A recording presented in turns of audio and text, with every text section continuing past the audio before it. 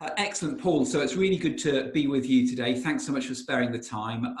This is the opening section for the Anthony Collins webinar on the new draft Code of Governance from the NHF.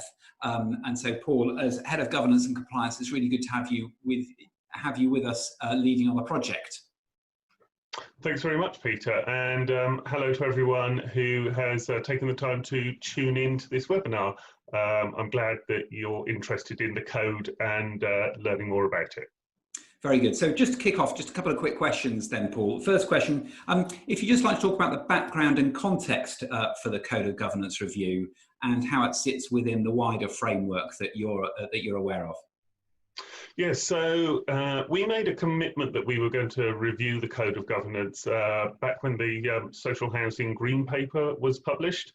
And off the back of that, we particularly said we would take a look at the code in terms of its engagement with tenants and how that element worked. When we did that piece of work, we actually decided that it was probably the right time for a more thorough review, for a complete update and a new code, as opposed to tweaking the 2015 Code of Governance. In the wider context of what was going on at the time, we'd had a new corporate Code of Governance, we'd had new charity codes of governance. There'd also been, the Grenfell tragedy. Things had moved on as well. Deregulation had occurred, the risks that housing associations were exposed to were changing.